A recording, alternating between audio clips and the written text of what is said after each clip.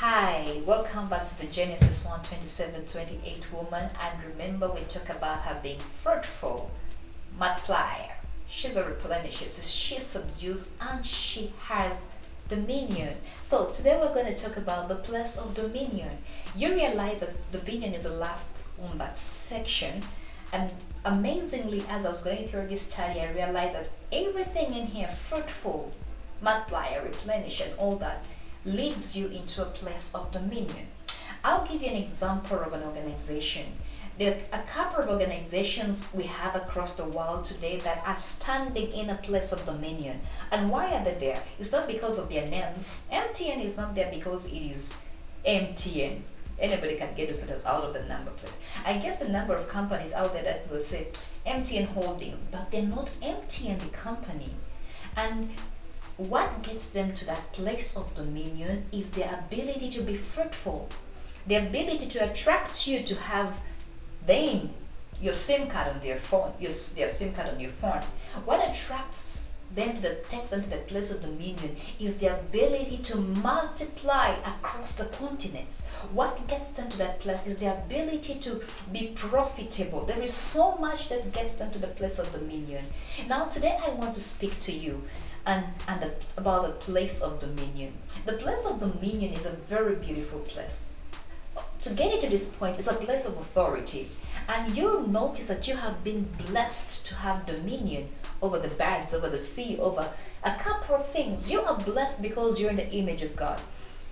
Question is, why don't you even have dominion over something small? There's certain things that are supposed to be in your authority, dominion, but you do not have them because you may not even know that you have the authority, or you're probably too much in your daily darling zone and you don't want to step out and take on your dominion. Now, I just want to encourage you, the place of dominion is a beautiful place. For example, let's talk about a wife in a home. She's in a place of dominion. She has her authority in the house. There's a book I am equally writing and working on. It's called The Wife is Authority. And I know it will be a blessing for a couple of wives out there. You are in a place of dominion. And the interesting bit about a place of dominion is that it has two extremes. And what are these extremes?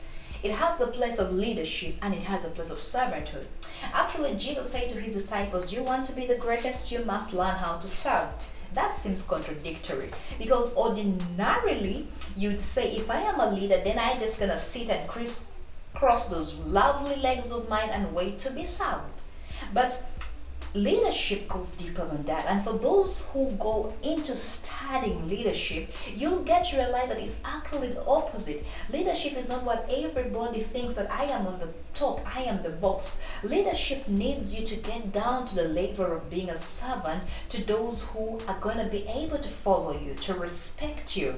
So we're still using the example of MTN. MTN is in a place of dominion. Yes, they are the big boys. Different companies look up to them, different organizations, different people like, I wish my business would be as big as MTN or so. But you'll also realize that MTN is in a place of service, as servant. Now, they reach out to their customers and we are here to serve you. We want to serve you because a leader keeps their leadership or their following by serving. The day you fail to serve your people is the day you begin to lose your dominance position. So, as you work in whatever field you're working in the business sense, in that office you sit in, the day you fail to serve is the day you begin to lose your dominion. Now, I know a couple of organizations. It has always been said that public servants, and you see the name public servants, serve the public. But people always did complain a couple of years ago that you walk into their office and they look at you like, what do you want here? Thank God that ended, at least not where I work anymore. That ended up. But you realize that such people are the ones who seem frustrated in life. The day you begin to think that you are too much or too high above others is the day you begin to lose that dominance position. So when you are working at getting to a point or a place of dominance in your business, in your skill, in the ability that you have, I just want you to remember that you need to serve because that is where your beauty stands up, where your service comes up. Always remember the words of Jesus that the greatest is he who serves, not he who sits and crosses his legs and says, I am the king, so what do you have to say? Yes, there is that point, there's that authority you hold, and everybody sees it, everybody admires it, and they respect you for it. But if you have to keep reminding them that I am the boss, then you're in trouble. Which means you are not serving them. You are just trying to insert it onto them to remind them that you're the boss. But someone who is the boss doesn't have to remind people that I'm in the place of dominion. Everybody just sees that. Why? Because of the service that you give to the people out there. So that is why I say these are two interesting extremes. The place of dominion carries the place of authority on the higher side, the place of leadership, and yet equally it carries a place of being a servant. It carries an interesting place that people try to avoid, and yet is an amazing place to be in.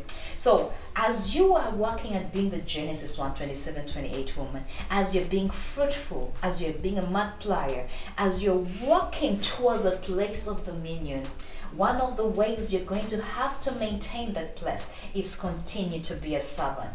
As you lead people with your ideas, as you lead them with the vision that you have out there, as you give them the purpose, as you give them direction in your organization, as you get at that corporate table and you tell your workmates, this is the road that I want us to take, and they're looking up to you as a leader, they're looking up to you as a vision bearer, as you lead them in that direction, I just want you to remember the words of Jesus, that he who has to be the greatest has to be a servant. So as you lead them, you're gonna get back by their backs and tell them, I'm going to show you how to get there. You're going to hold them by their hand. And actually, sometimes you're going to get into the pit and be the one to do the dirty work. And they are watching you and they're learning from you. That those moments when you're going to sacrifice your lunchtime meal, or you're going to sit with them and tell them, let's have this meal together because I am going to help you accomplish this assignment. Girl, the place of dominion is a very beautiful place. It is a beautiful place in the corporate world. It's a beautiful place in marriage. It's a beautiful place in whatever area of life you get to. And did I say I'm writing a book on that? Okay, it was on the White Authority. But amazingly, I am equally having plans of writing a book about the place of dominion, because the place of dominion is beautiful. It is beautiful. You get there, you realize it's not about the money. You don't realize it's not about the title. It's not about all that. Because when you come into your bedroom and you sleep, you'll be saying, wow, I am the one, the CEO. But then there's some point in time and you're like, it doesn't matter being the CEO. But what matters is you're going to smile and see the person you were able to serve. You're able to smile and see that you were able to provide a service for someone, to reach out to another person. The reason why hospitals will smile is because they were able to provide a service that helped to save a life. Yes, they are the major hospitals. They are the leaders in the medical health sector, but they're equally the servants, because when they come to serve you for the service, I know you're paying the money, but they are serving you. So that place of dominion is beautiful. And if you're to grow as a Genesis 1:27-28 woman, you're going to appreciate it as you build that wealth, as you build that empire, as you build that corporation, as you build that business. You are going to help somebody. You are being a servant, and humility will help you go up the ladders. I remember this one of the things that I spoke about, I think last year, was that as you go up those ladders, you are building those beautiful steps, because you never know. Sometimes you read and you fall back, but all the people you have served down here are ready to hold you so that you do not fall and hit yourself on the ground. They are able to hold you because you were a servant as you were going up. You did the part of leadership and you did the part of service. So the place of dominion involves both. So they are going to hold you and your fall is not going to be bad. And sometimes they will hold you, you don't reach down, and they help you push you back because they appreciate the service you are giving. So Genesis 1:27-28 women, put aside the titles and remember the leadership is about being a servant. God bless you. Take care. Until next time, I know you will be blessed and you will go out and practice being a leader, taking the place of dominion. If you have been this kind of leader who thinks it's about my title, Please change your mind about that and learn how to serve. Learn how to be a servant. God bless you. Take care. Till next time. Elizabeth Rita Umachiguli is my name.